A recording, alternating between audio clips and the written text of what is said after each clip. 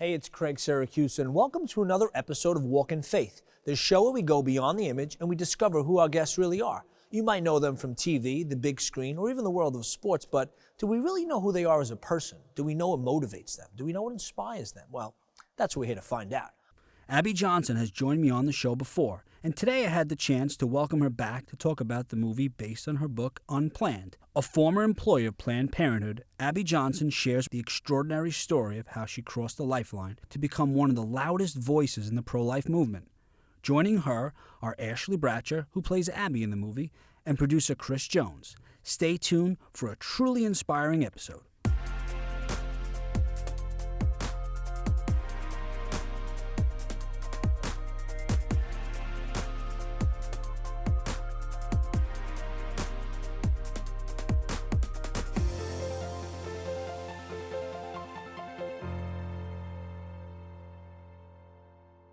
Well, it's great to see you guys again. I can't believe we're at the Sheen Center for the screening. I remember reading the book and then meeting you, and then now we're finally here. Yeah. I mean, tell me about what's the emotional state like? What are you guys dealing with right now? It's just really busy. So it feels sort of like it did when I first left and everything sort of hit the media. It just feels sort of busy like that. But now I have 8 kids instead of 1. But yeah, it's busy, but it's good. It's good. I mean, I'm honestly surprised, and I don't know why, but I'm surprised just at all the excitement and people getting on board and loving the film, and so it's good. Great. Yeah, it's been fun. Yeah, there's just been definitely a buzz around the film, but because we're so busy, I don't think we really have time to process feelings. We're just along for the ride. I mean, they say, can you be here tomorrow? And you say, okay, sure. And then you're someplace else the next day. But the energy is just incredible, and people have been so kind, and they've received the film really well. Mm-hmm. Yeah, I mean, I love the film, which we'll get into. I mean, your performance, amazing. It's phenomenal. Tell me about the emotional connection. What was the preparation like, and how did you get involved in the film to begin with? Oh, man, that's a crazy story. Initially, I had an Instagram follower reach out to me who was not a part of the film industry at all. She was just someone who felt called to pray for people in the entertainment industry, and she reached out and said, I think you're meant to play this role. And I thought, yeah, right, crazy lady. And I had no idea who was making the film. It was so confidential, and so I blew it off. A couple weeks later, she followed up and said, did you audition? And I said, She said, please just read the script and audition. And so she had a connection somehow to one of the producers. I don't have any idea how it happened. And they sent me the script. And after I read it, I was so interested in Abby, because all I knew was that she had worked at Planned Parenthood. I had no idea if she was going to be pro-life. And so that's when I looked her up and found out her story. And I was wrecked. I knew from that moment that I had to be a part of the film. It wouldn't leave me. And prayed about it for weeks, and finally they called me up and said, hey, the role's yours. Can you get on a plane in 5 hours? So there wasn't much preparation. It was it was pretty much like it is now. It was go, go, go, and here I am. So tell me about on set. I know most actors don't want to share sort of their emotional connection or the preparation, but how do you prepare for a role like that? What personally did you dive into sort of to connect with the character? Well, it was a lot of talking to Abby, especially on the pro-choice side, because I didn't really understand that. That was where I really needed to kind of get out of my own element and understand that side of it. As far as the emotional connection to becoming pro-life and feeling that guilt, I have a son. He's about to be 9, and so imagining him not being here, imagining what it would have been like if I had had an abortion, just carrying that guilt, let alone facilitating 22,000 abortions. And then some of the heavier scenes, I haven't seen what Abby saw. I mean, when I'm looking at that monitor of the ultrasound abortion, there was nothing there. It was a piece of tape, And so I looked on YouTube, and I can't believe how uncensored YouTube is. I mean, you can basically see anything. And I went for it. I allowed myself to see things that I didn't want to see so that I could understand her world. And from there on, it was a lot of praying before every scene and just jumping into it. And then you told me, and you shared that story publicly about when you called your mom. Was that during the shooting, or when did you If you could tell that story. Yeah, of course. So, like I said, I had 5-hour notice to get on the plane and leave and go to Oklahoma. So only 3 people knew that I'd left: my husband, my son, my sister. And then on the 4th day I was on set, my mom called, and I was hesitant to tell her about the film because she had told me when she was in high school she'd had an abortion. And when I started explaining Abby's testimony to her and letting her know the role I was playing, she was just a puddle on the floor, and she was sobbing through the phone, and she said, "Ashley, I need to tell you something that I've never told you before." And she said, when I was 19, I was at the clinic again, and they had called my name out, and I went back into the room. A very pregnant nurse examined me. I got very sick to my stomach, and I knew that I couldn't go through with it. And I got up and I walked out, and I chose you. And I never knew that before all of this happened. And what did that mean? What does that do for you when you heard that story? I think that God most definitely, He has a plan for us from conception, and it was amazing to see that come full circle. And the amount of healing that it's doing in my own family has been incredible. And I just know that it's bringing healing to so many people who have had abortions and been affected by it in their lives across the nation. I've just heard so many incredible stories doing screenings across the nation for what it's doing to people. And I could have never imagined. I couldn't have planned this for myself. It's amazing. What'd you say to your mom after she told you that story? I need to call you back.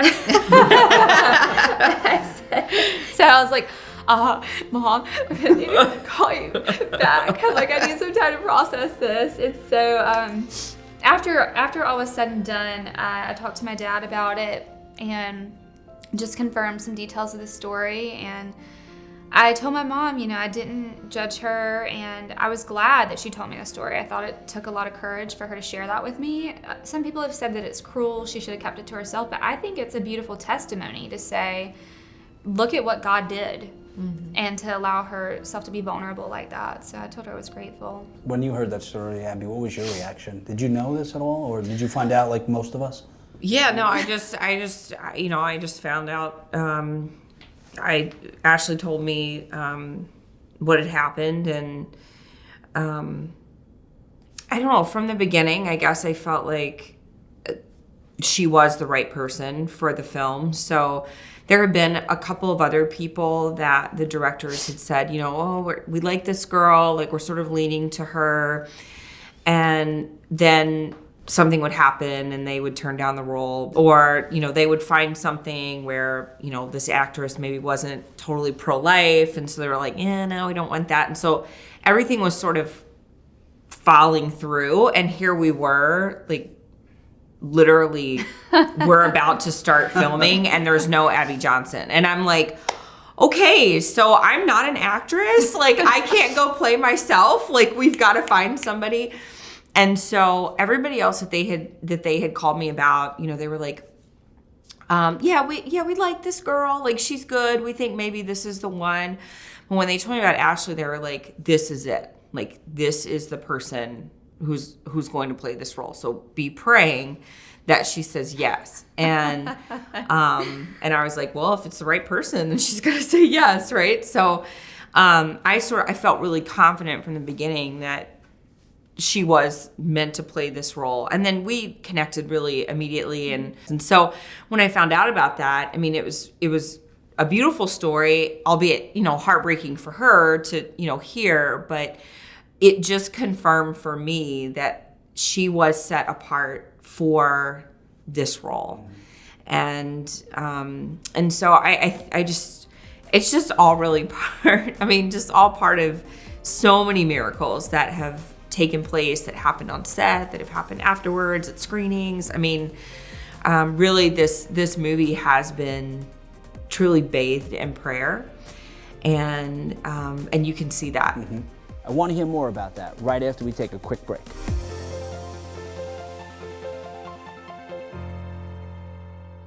Welcome back. So we were just talking about miracles. Is there one that that stands out, a miracle, like whether it was during the filming or after at a screening, that you could share? Oh gosh, Some woman who received healing on set.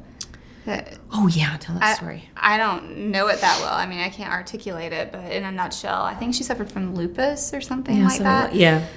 And she'd been carrying around this burden of having a past abortion, and she'd been working on set and just confessed it one day, and our entire prayer team prayed over her, and she just always had this chronic pain. And it was like Gone. instantly the next day. I mean, she's not had any of it since then. It was insane. I wasn't there to witness it, but just the stories and people testifying that And the way they you witnessed answered it. it, there's probably, like you said, so many miracles, and you could always see how God's there along the way, along the journey. Yeah. I mean, like, one thing too, like a film, sometimes what's going on in society or timing could really, a film could be successful based on timing or it could fail. And if you see what's going on in society now, like, I was saying to my wife, I'm like, they could have never planned this. Like, who would have even known? Yeah, even that in itself is, to me, like really miraculous, because I signed that contract to do this film over 4 years ago and thought, well, we signed the contract, we're going to get going, right? And then we sat on it and they were like, yeah, we're going to do it, but we're just hearing from God, like, just wait. So then they went on to do Guys Not Dead 2, Guys Not Dead 3. And I was like, okay, like, what about my film, right? And, but they were like, and then they heard from God, like, okay, now is the right time. And it was like 4 years after we had signed the original deal, and then everything moved super fast. We had no idea that this timeline that we're on now would push the movie out right now at probably one of the most important, critical times in this controversy, pro-life, pro-choice debate. People are really searching for answers. They're really searching for truth. And that's exactly what they're going to get in this film. And so, I mean, it could not be Amazing. better timing. And that in itself is really just a miracle. It's amazing. I know, I've seen the film, and we watched it twice together. Yeah. And the first time you saw the film, what was your initial reaction? And I know she's sitting here, but what was her performance like? I mean, honestly, I think she did a phenomenal job, but like, what would you say? I mean, did she nail it? Did she nail Abby Johnson? Yeah. So the first time that we watched the film, one of the producers, Daryl, came to our house, and Doug and I watched it together with Daryl and his wife. And, you know, it was weird. I mean, watching the worst version of yourself being played out by someone else, right? I mean, that's just, and then realizing, oh crap, like everybody's gonna see this, right? I mean, like it was just very like, why am I doing this? Why? I felt like I was reading her diary when I read the script. Yeah. I mean, it was very intimate. Yeah, I just felt like, can we back out? I mean, like there was a second where I was like, wait, I don't want to do this anymore. Like this is too much. It's too vulnerable. But then just reminding myself like of all the things that have happened, like to bring the film to this point, and how this is clearly like part of God's plan. And, you know, just continuing to remind myself that this isn't about me. Like, I didn't sign this deal so that Abby Johnson could be like a superstar, right? Like, I signed this deal so that God could get the glory in my story. And that rhymed. And I like that. I know that. It's your song. And so that people could see just the amazing power of redemption that's available to everybody, you know? And so when I first watched, and I knew that she was gonna nail it because I was on set quite a bit, and just watching her, even like when she would ad-lib stuff, I was like, oh my gosh, this is so me. Like that is so right on, you know? So yeah, I feel like, and we talked pretty much every day. She would ask me questions, you know, like, tell me about this. I even asked you what your wedding song was. Yeah, you that? did. Yeah. Because I wanted to listen to the same music she was listening to at the time. Yeah. I make playlists for all That's the characters I play. So let me ask you, do you think a film, because we mentioned society especially, do you think a film like this could, you know, beyond changing hearts, do you think it could sort of change the political agenda? I hope so. I mean, look, I feel like this movie offers an opportunity for conversion for everybody who watches it, even if you're already pro-life. Like there's an opportunity for conversion, because even the way that the film humanizes abortion clinic workers, right, and shows their dignity and their worth and their humanity, like that's something that the pro-life movement needs, right? So I feel like there's a and I think people say, oh, it's just going to be, you know, a bunch of Christians that go watch it. I'm like, fantastic. Like, I hope it is a bunch of Christians that go watch it, because if every professed Christian was actually doing something in the pro-life movement more than just checking a box that says they're pro-life, we would have already ended this thing. So I hope that it does create an urgency inside of the people that watch it, even if they are already pro-life. But I mean, yeah, we hope that people who are on the fence about abortion or people who support abortion go watch the film. And in the end, they can walk away and say, well, yeah, that was sort of gritty, but I still support abortion. That's all right. But they'll never be able to say, I didn't know. Mm-hmm. I didn't know what was happening. Mm-hmm. They will know. And so that this culpability will be thrust on them, because they will know exactly what they're supporting. So how could people get involved in the film or your organization? Can you tell us how? Yeah, so they can go to unplannedfilm.com. We have opportunities to host a screening in your own community. They can rent a screening at a theater, and then you own that screen time. So like our parish is... they're doing a few screenings, thankfully. I was like, my parish better be doing some screenings. So they're doing a few screenings, and they bought some screens. And so our priest is going to be there talking about all the pro-life services that we offer within our own parish, and sort of just letting people know our parish is a safe place if you have a crisis pregnancy, if you need healing from an abortion, whatever it is. And then they're going to pass a bucket around, and they're going to take up a collection for our Respect Life ministry in our parish, and then for our organization, and then we're done. They're splitting the, whatever they make and giving it to those two organizations. So it's really a great opportunity. Sure. So that's one way that people can get involved. And of course, we need people sharing this on social media, sharing it with their friends. Now they have an ambassador kit too, by the way. They just came out with that, and so it's like only $30. People can order this ambassador kit. They get a couple T-shirts, they get posters and handouts, and it's a way for them to share in their community that this is going to be in theaters near them. That's great. But it's going to be up to us to really help share the message, because a lot of secular media is not going to cover this before the film comes out. And so unfortunate. So we need people sort of at the grassroots level really spreading the message about the film. No, you're right. And I advise, the viewers, any of the audience out there, to reach out to you guys. And like you said, when the lights go down, the theaters are pretty much shut down, the abortion crisis, the issue is still going to be there. Yeah. And so we need help. And you mentioned too, like after watching this film, I've always attended March for Life, and I've always been, pro-life, but I didn't know much about it beyond what I've seen and I've read. But after watching the film, literally, like immediately I said, I can't just stand still and do nothing. I need to get involved at some capacity. So I hope that this film has the same effect that it had on me with the world. So thank you so much. God bless you guys. It's always a pleasure to see you. Yeah, thank you so much. Thank you. Thank you. We'll be back right after this.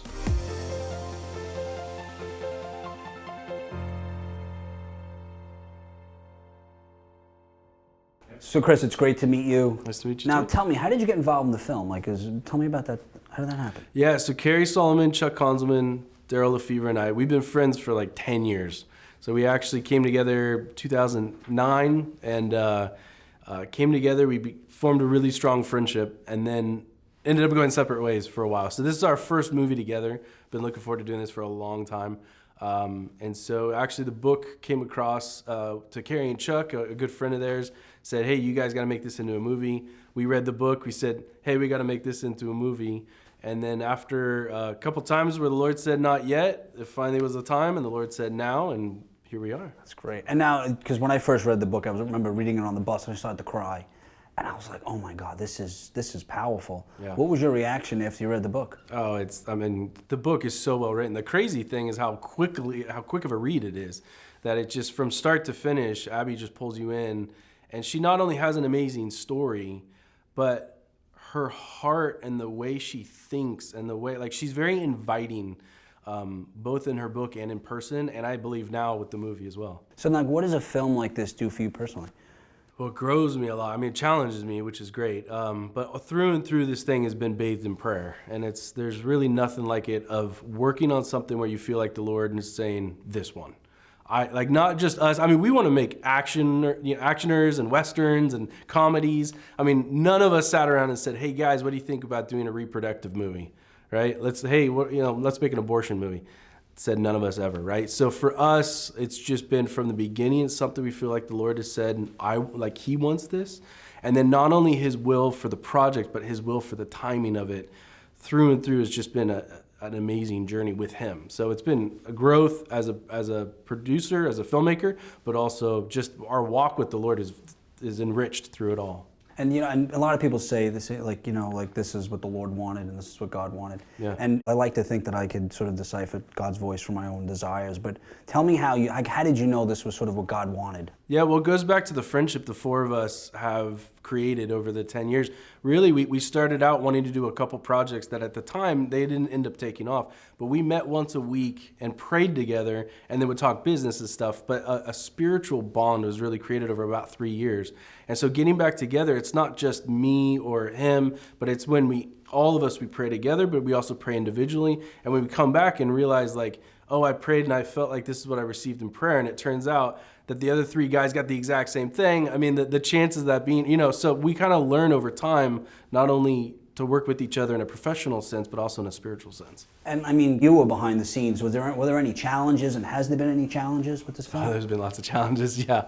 So there's been, what's crazy is some of the things that you would expect to be challenging have actually been really smooth. And then other things that you think would be smooth have been really challenging. So it's been a mix of it. But from the beginning, it's been challenging. And it continues to this day, actually. We face multiple challenges. You can ask my wife, Tiffany, who's here today. But you know what? We signed up for all of it, so it's all good. You knew what you were. You knew. Yeah. I say the same thing. Like, if I wanted an easy life, I wouldn't work in faith-based content, right? You could just work in a secular job where you don't have to deal with any sort of adversity. Right. But that's not why we do sell ice this. cream or something. It makes everybody happy. Yeah, wouldn't have to worry. I mean, you've seen the film, like we said. So, yeah. I mean, Ashley's performance is amazing. Yeah. Did you have, were you part of that process, or the casting process? Yeah, actually, another crazy thing that some people may not understand, but when it came time to choosing a casting director, we prayed about that, and we felt like the Lord said, you guys do it. But for the whole process of casting, and we're kind of like, Lord, you realize we've never cast before, like that's not what we do, but we felt like that's what He said, so we went on it. But yeah, the casting through and through, I worked very closely with Carrie and Chuck, who are the directors, so I was part of that whole process. And finding Ashley was just a miracle. I mean, the way it happened was incredible, and we're just so glad to have her because she's a rock. What did you think the first time you saw the film? I was relieved because, when you're on set, you think you got it, right? But until you see it put together in a cohesive story, like when I first saw that first rough cut, I said, oh, good, like it's showing up on the screen, So I was relieved, and then subsequently, as we've tightened it, toned it, I love it. I mean, I think it's just a great story, and I think the guys, Carrie and Chuck in particular, did a great job with it. And it's moving, it's touching, and it's strong. It's very bold. That was one thing that we felt like the Lord from the beginning was telling us, is be bold. And I think it is bold, and it delivers on that, and I'm proud of it. I think it is too. Yeah. And now, when you first saw the film, and I don't know if you were alone, like what, like sometimes not that you have visions, but you see certain things or you feel certain things, and then it's validated when you see it on screen. Was there anything that happened to you? Did you watch the film and say, this was like, it sort of all came together, and you said, okay, this was definitely what God wanted me to do? Yeah, I mean, the certain scenes in the movie, for a long time, now I've seen the movie hundreds of times at this point, but it would make me cry. Like every time one scene in particular with what was called the Aggie girl was the character. I mean, the gal's performance was so strong. It would make me tear up like over and over and over. Other scenes, some of the harder scenes in the movie, it would give me chills. I mean, it was just some of the things, and also some of the worship songs that end up being chosen, about, a certain amount of time into the movie, there's this song, and it's really kind of an interesting choice given where the story is, but it's kind of the first time the Lord shows up through the music, and it shifts the whole feeling of the movie, and it still from time to time gives me chills when I see it, because I know the Lord's fingerprint is in and through this whole thing. That's like the last scene, right? I mean, when you first saw that scene, what did that do for you emotionally? I mean, I don't think there was one dry eye in the audience. Just at the fence, is that what you're talking about? Yeah. I mean, it's beautiful. Actually, we had a different ending. During the script writing process, we went through many versions, and Carrie and Chuck wrote it, but I got to be in the room with them and write, and be part of that process, the writing process. And we had a different ending. And again, through prayer, we felt like it was shortened and ended up being what it is today. And I love the fact that the ending ends on healing.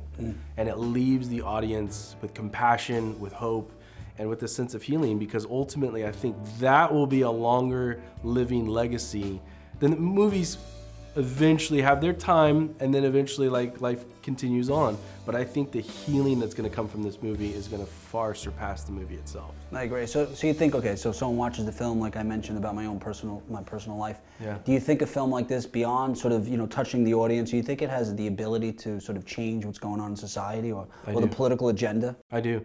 Yeah, because politics, we look to politics to right wrongs so much, and I think it's a little bit misplaced in the sense of politics is downstream from culture, and culture is downstream from entertainment and storytelling. So we've really gone up to the top of the mountaintop and really gone to the source of where a lot of the influence happens in our culture. And I think this movie has the ability to reach people in a profound way. They've never seen a movie like this before. There's no predecessor to this movie, right? You don't compare, it's like, just the only thing people come close to is the passion, but not so much the story, but that it's compelling and that it's a little bit tough, but it takes you into a higher place. And so I think it has the ability to reach people also because we really don't know very much about this part of the world. And we go into this world through Abby's eyes, and she actually experience walking through this world in a way that I think has never been done before. I like that. And do you think a film like this could resonate with people, in different countries, or is it more localized? Yeah. In fact, we keep getting daily inquiries from around the world. They're already asking for it everywhere. Wow. I mean, the interest around the world is they're just like, they can't wait to make it happen in their countries. So I think it's gonna, especially if it goes boom in America, I think you'll see it go around the world. So like you said, after the theater, it's out of the theaters, the lights go down, we're done with the interview. What's next? What's next for the film? What's next for the people that watch this film, and how do they get involved? Yeah, so I think for us, the next step, it's hard to think too much further than the next few weeks, obviously for us, because there's so much, but is taking it internationally, which will be great. But for others, what's amazing is all the different resources and groups, and I had no idea how many awesome organizations are out there to help women when they have an unplanned pregnancy, when they're in a crisis situation. And churches, pro-life groups, pregnancy resource centers, the list goes on. And actually what we're gonna do is, our website helps promote the movie, but once the movie comes out, we don't really need it to be functioning that way. We're gonna convert it into a portal for resources for people to go to. And even in the movie itself, we're setting up like a text thing where someone, if they want to reach out to someone, they actually can text a number at the end of the movie and they'll get connected with someone to help them take that next step. That's a great idea. As well as a book that we're doing for abortion healing, and a devotional we've already written. So one of the criticisms the pro-life side receives is that you're only interested for the baby to be born and then you don't help take care of the mother and the challenges that come after that. I think that is one of the biggest next steps, is really to provide that, yes, when these women choose life, that also there are different groups and organizations and churches that will walk alongside them, provide resources, diapers, different things, right? Yeah. Help walk alongside them till they're fully on their feet and don't need help anymore. And and then go to the next one, so that a culture of life can also have a culture of love that comes alongside them and helps them walk out that life. That's great. Dude, Yeah. Thank you so much, man. God You're bless you. welcome. Yeah. Thank pleasure. you. That's great. We'll be right back after this with a special feature from the red carpet of Unplanned with Laura DePalma, so stay tuned.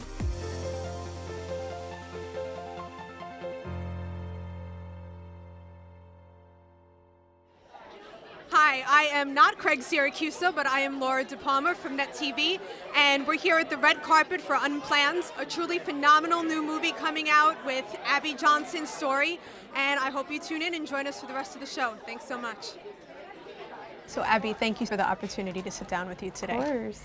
You have been incredibly brave sharing your story with the world, especially in terms of this movie. How much input did you have in the movie and the way your story was ultimately told? Yeah, so they sent me the final script so that I could look it over and make sure that everything looked okay. There wasn't anything where I was like, hold on, I don't, I don't like this. I mean, it was important to me that the film not just be inspired by a true story, but that it actually was my true life story. And the directors were, they promised me in the very beginning, we're going to honor you, we're going to honor your experiences, we're going to honor your family and your story. And they wanted to make it authentic, and that's what they did. Are you proud of the way it turned out now? I am. Yeah, I am. They really did a beautiful job. And one of the interesting relationships, Mary Elisa was from Coalition for Life, and you were director of a Planned Parenthood. You were literally on both sides of the fence, and yet you seemed to develop a friendship. Was that true, and how did that come about? Yeah, so it showed one character, but I actually had relationships with quite a few people on the other side of the fence, and two of them are actually here with me at the premiere, which is exciting and still a very close part of my life. And it was just always not everybody, but the people that I did develop a relationship with, they were always very genuine in their interaction with me. I could tell if somebody was just sort of faking it or, just to say something. They were always very genuine, very honest with me. They were not scared to challenge me, which I appreciated because I have a really strong personality. So I liked when people sort of came back at me. The greatest and truest friends. Yeah, call you on it. Yeah, they would sort of come back at me, and I was like, okay, I like you. So, yeah, but I had a lot of great relationships on the sidewalk, and it was just day by day, Sometimes I'd come into work and I'd just be really annoyed by them or something that was going on. I wouldn't talk to them, and then the next day I come out and I'm really friendly. So it's just, things are always changing. You're constantly living in the defensive, and so it's like you trust them one day and the next day you don't. The next day they're your enemy, and you're trained that they are your enemy inside the clinic, and so you're hearing all these conflicting messages, and it's in your head. And but there were a few that persevered through all of that, and they're still in my life today. Yeah. And you very bravely shared the story of your own 2 abortions early on in the movie and in the book. And you created the sense of feeling very alone, like you had nowhere to turn, no one that you could share that with. Do you think if there had been a Mary Elisa in your life then, or someone who prayed at the fence of the clinic that you went to, do you think your decision might have been different? I don't know. It's hard to say. I was being led into the clinic the first time by my boyfriend at the time, who was very sure of this decision for me. The second time, I was already really sort of ingrained in the abortion culture. I don't know that would have necessarily, anything would have changed my mind then. But I think about the first time sometimes, like, I walked into that clinic alone. There was nobody outside. Nobody was there, offering hope or help or anything. It was a very isolating experience. And do you think this movie has the potential to reach both secular and religious audiences and to help change the hearts and minds of our society? I do. It's not a cheesy Christian film. It's very raw. It's very real. Yes, my story is one that of course, the whole story is about God's redemption in my life.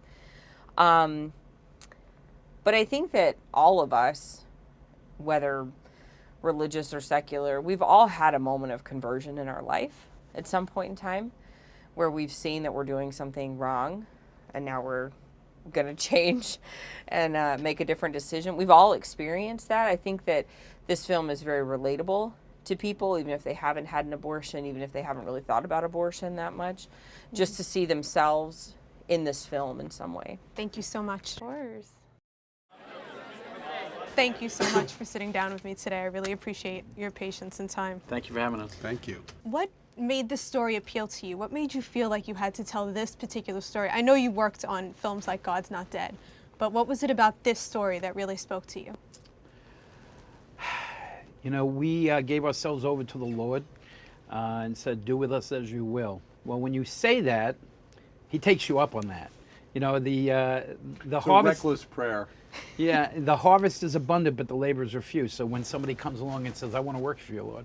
So we did that. We thought we were going to be doing a Western. We were really excited because we had something we thought we were going to do with Clint Eastwood.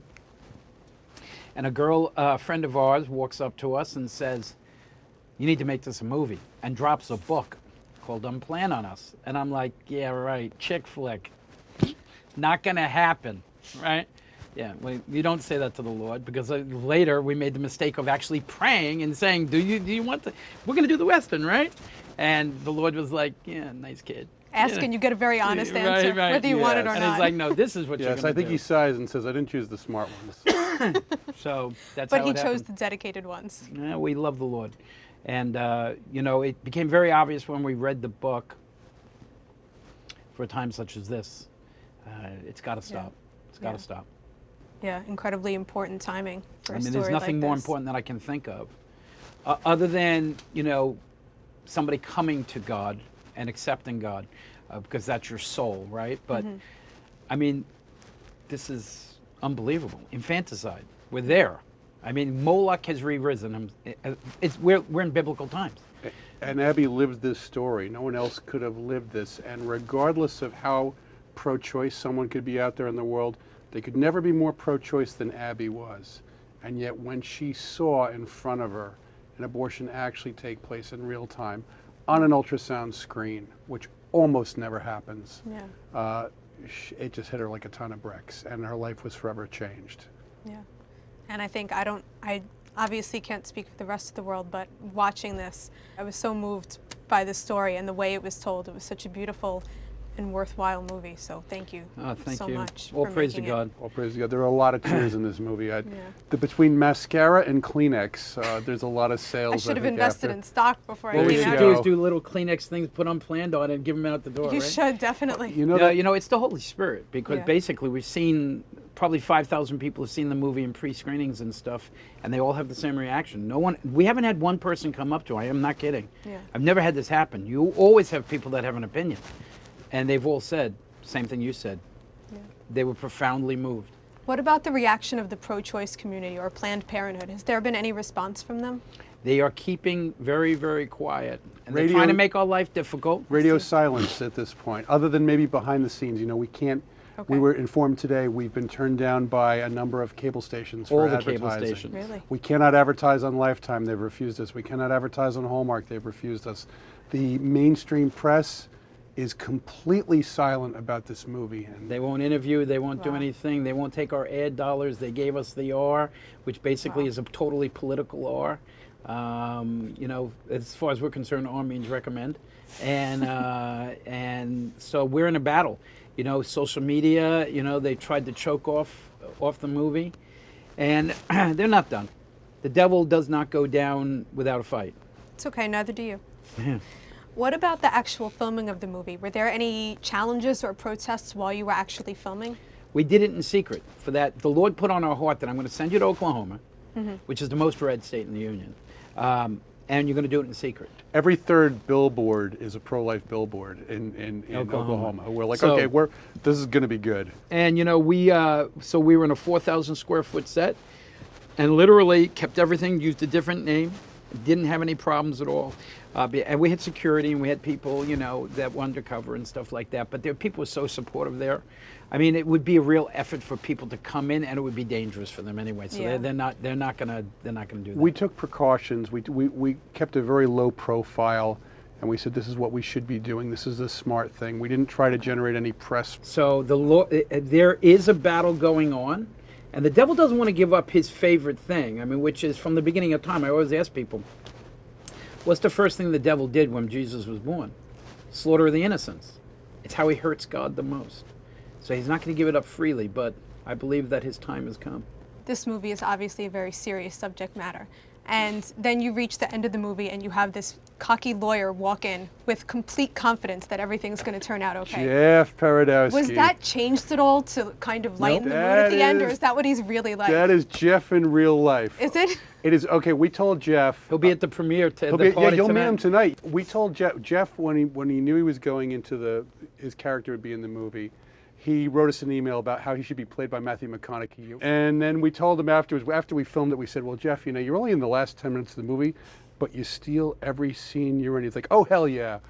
He is like 1/3 geek, 1/3 genius, and 1/3 ambulance chaser. We use this, but he's totally scrupulously honest. We had a scene where Abby says, is there such a thing as an honest ambulance chaser? A scrupulously honest ambulance chaser. Is that even possible? And Sean says, of course not. That's part of his charm. But he is exactly like that in real life. He is exactly And he had that person. cockiness. He went in by himself. He had major law firms from all over the country calling to help. It's like, I got this. Wow. Abby, if she knew, would have had a heart attack. I think she about did have a heart attack. It looked like she did on the screen. But he was. I think, these major, religious faith case defense firms were calling and asking him if he wanted help, and he's like, "No, I'm good. I Thanks. got this." That's his thing. I got this. I got this. Well, if he walked into their lives the way he walked into that movie, everything must have been exactly the way it was supposed to be. Well, thank you so much for your time. We thank you. It was a pleasure to talk to you. It's a pleasure to talk to you, too. Thank you so much. We'll be back right after this with more from the red carpet of Unplanned.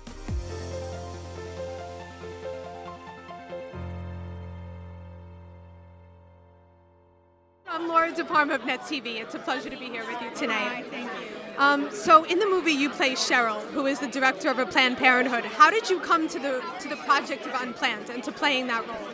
Well, actually, I am a retired actress. I was a professional dancer. I danced with Prince many years ago, back in the 90s. Are you old enough to remember this? I am. Okay. And then I was on TV shows like Buffy the Vampire Slayer. I definitely remember. And I became a Christian, and I walked away to go into full-time ministry, which is what I've been doing for the last 15 plus years. I had no intention of ever returning to Hollywood, but God had another plan. So I randomly was introduced to the writer-directors of this film. They shared the story with me, and as soon as they did, I was interested and excited about it. I read a little bit of the script, and then I was excited and a little nervous about it. But they asked me to come audition. I did. They offered me the role, and I just knew I was supposed to do this film. Well, you gave an incredible performance. Thank you. And you have devoted your life to sharing your faith and to helping other people find their faith. Was it difficult to play a character who in so many ways is the antithesis of who you are? As a matter of fact, yes, it was difficult. People say that, oh, the bad character is so much fun to play. Honestly, it wasn't really fun. It was hard because it was so opposite of who I am and what I stand for. So I can't say that it was enjoyable. It was intense. It was a stretch, but I knew that the bigger picture was important and that the film was so much bigger than me. So doing it wasn't enjoyable, but I feel like what this film is going to do for this cause and for America and for women and for healing is going to be incredibly enjoyable. And what do you hope this film does do for women and for America? Well, I believe it's going to take an issue that's been hidden. You know that over 60% of women, of post-abortive women, identify as Christian. So we have women all through the Christian church, the Catholic church, all over the church that are hiding and in shame about this. So I believe the movie is going to open the conversation. Hopefully churches are going to be able to bring it across, not in a way that's sin and condemning and shameful, but provide an opportunity for women who have gone through that to receive healing and know that regardless of what they've done in the past, that they can lift that shame and guilt off and move forward and have an incredible life that God's ordained for them. So I just feel hopeful that this film is going to educate people, it's going to free people, and it's going to get people talking. Regardless of anything, it's going to get people talking. Absolutely. Thank you so much. Thank you. This is Ashley Bratcher, one of the stars of Unplanned. You play Abby Johnson. You gave an incredibly dramatic performance. Was it difficult to get in and out of character every day to play a role like that? I really just attribute it all to the Holy Spirit. I've said it over and over, but it's the truth because there's so many emotional scenes, there's so many physically challenging scenes that you just really have to walk into it and say, okay, I've done my preparation, and now it's time to give it to God and let Him take over and trust and trust the instinct that I have to go. And that's what I did. I just kept waking up nonstop, going, and God gave me strength. Was there any scene in particular that was difficult to film? The RU-486 scene, the chemical abortion scene, was definitely the most difficult because it was emotionally and physically challenging, but then also there's technical aspects that you have to think about as an actor, like where is the camera? Okay, when did I pick up the towel for continuity? And because it's such a complex and critical scene, it was important to be aware of every single one of those things on top of all of the emotional and physical aspects. And you're here tonight with your son, who is adorable. Come say hi. Come say hi. Hi. Come here. So this is my son, Calvin. Hi. You want to say hi? Hi. There's the camera. How do you hope this movie helps shape the culture of abortion in the future so that your son grows up in a different environment? I really hope that this just opens the eyes of the public, because for so long, this has been a silent Holocaust. People don't see the victim. This movie puts a face on the victim, and it starts a conversation. We've had a conversation, right? Yeah. So he understands now what abortion is, and because of that, you're an advocate, right? For your generation. He talks to his friends about it and at school, and it's something that we do need to be talking about more to our children specifically. Absolutely. Thank you so much. Thank you so much. It was a pleasure to meet you. So I'm Laura DePalma from Net TV, and you're also Laura. Yes, I am, Laura. So what role did you play in the movie? I play the maid of honor to Abby, the lead, and there's a sweet little moment where I'm cautioning her against getting married, and she doesn't listen to me, so. But it was still great advice anyway. Yes, absolutely. What made you want to be a part of Unplanned, or made it a special project to work on? So one of my mentors really is one of the producers, and so I had the opportunity through him to audition, and I love the story. I love Abby's story and what she stands for, and so to me it was really important and valuable to be part of this project. That's great. And what do you hope comes of this movie? I just hope people are impacted by it. I hope that they're changed and that, that their hearts are really changed by the message of it. Thank you so much. Well, it's great to see you here again tonight. It has been an incredibly long journey for you, from real life to book to movie. Is it surreal to be here tonight on the red carpet of a premiere for a movie all about you and your life? Yeah, I'm a little, out of my element in this sort of environment. I'm like, I'm a mom. I usually have baby food on my shoulder or whatever, but man, I just look around. I'm like, look what God can do. Look at all these people who are showing up to stand for life, and this is really his story. That's been my message from the very beginning. This is not about Abby Johnson. This is about God and his radical mercy that he bestows upon all of us if we're willing. And so I'm just really excited. I'm really excited for all these people to see what God can do and what he's done in my life. Does the red rose on your dress have any symbolism? Yes, so all of my staff within And There Were None, we're wearing these in honor of the almost 500 abortion workers who have come through And Then There Were None, who have come through our ministry, and just to support them and let them know that they're close to our hearts tonight. Thank you so much. I hope you enjoyed the premiere tonight. Your character in the movie provided some much needed comic relief towards the end. Yeah. How did you come to be a part of this movie in the first place? So I was working over on Catholic Central at Family Theater, which is it's a web series about the Catholic faith, and Tony Sands was working with Chuck and Carrie, and they were looking for someone who could play Jeff, because the character that I play is an interesting character, is a unique character. And as interesting and as unique as the real life Jeff, who's a fascinating guy. And so, they were like, who can we find to play this? We need someone who can bring some comedy to it, but still, have some serious acting chops and that kind of thing. And Tony said, I think Kaiser might do it. And I came in and read for him, and they were like, yeah, great. You want to do it? So yeah. Do you think this movie can help change the culture so that your daughter can grow up in a world where abortion is no longer par for the course, but really something unthinkable? I certainly hope so. I think that again, if most people, I think, who are, who are really stand with Planned Parenthood and, I'm pro-choice all the way, whatever, I think most of them don't fully understand what abortion is, and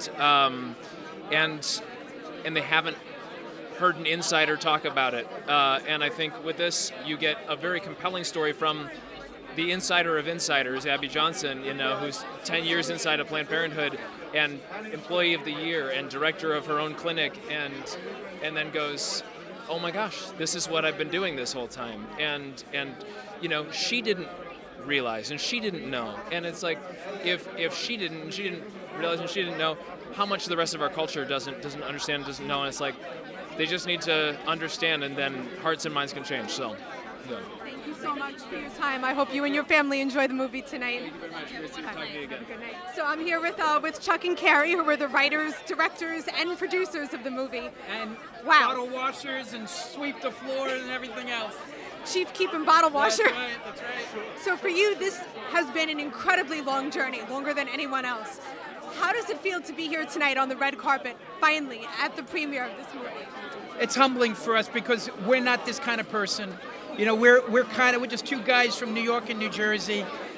Most of my clothing is made out of canvas. We don't live in tuxes. I will say that the Lord had a book, and it had 10,000 pages, and he opened the book, first page, asked the first person to do it. They said no, second, third, kept turning the pages, got to the last page, flipped it over, went all the way to the bottom. He says, oh, these two, they'll do it.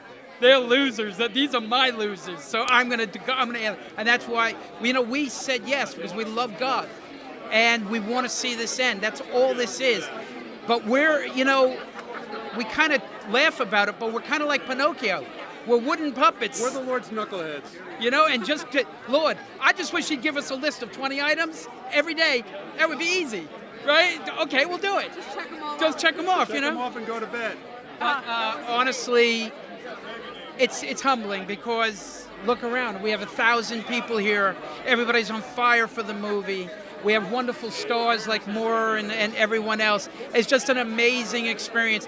But we're not worthy of this. This adulation belongs only to God.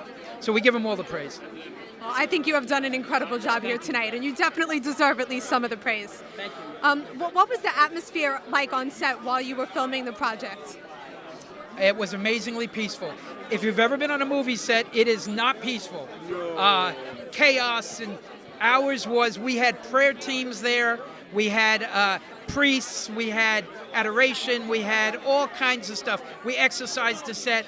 There was a calm that I've never seen. So anxious to help one another creatively.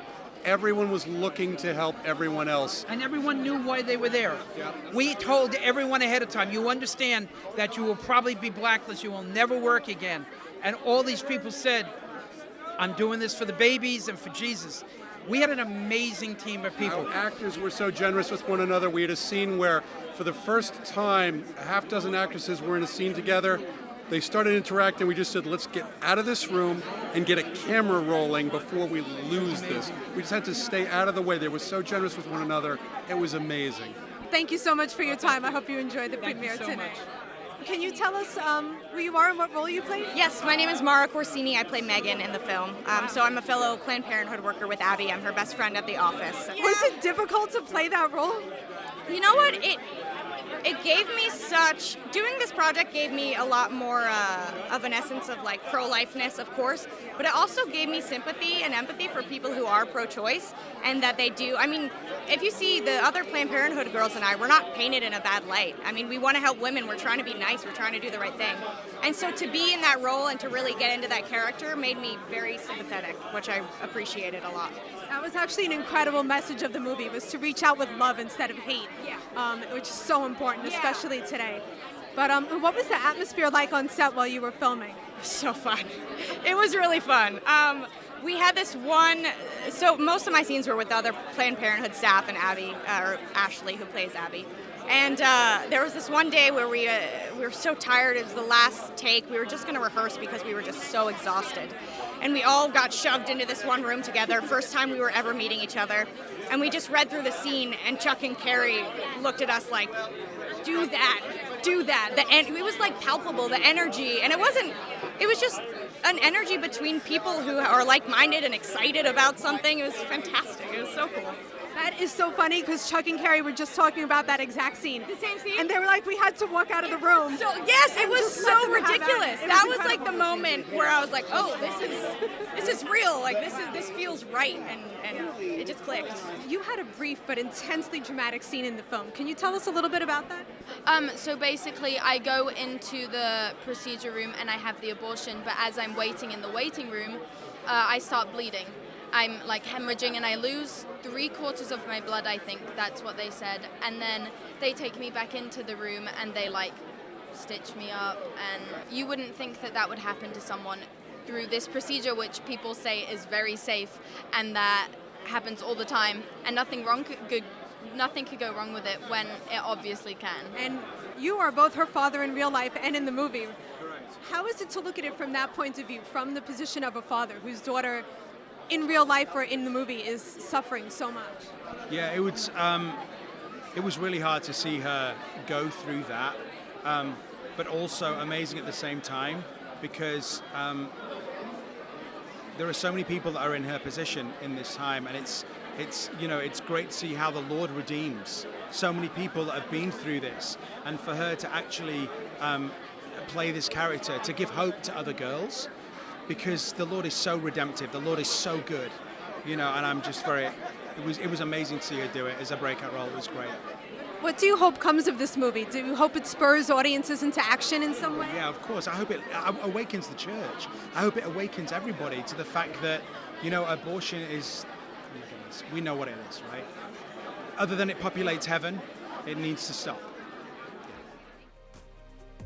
Well, thanks for tuning in. And as always, remember, you have the ability to inspire and evangelize through your words and actions. Until next time, thanks for walking with us.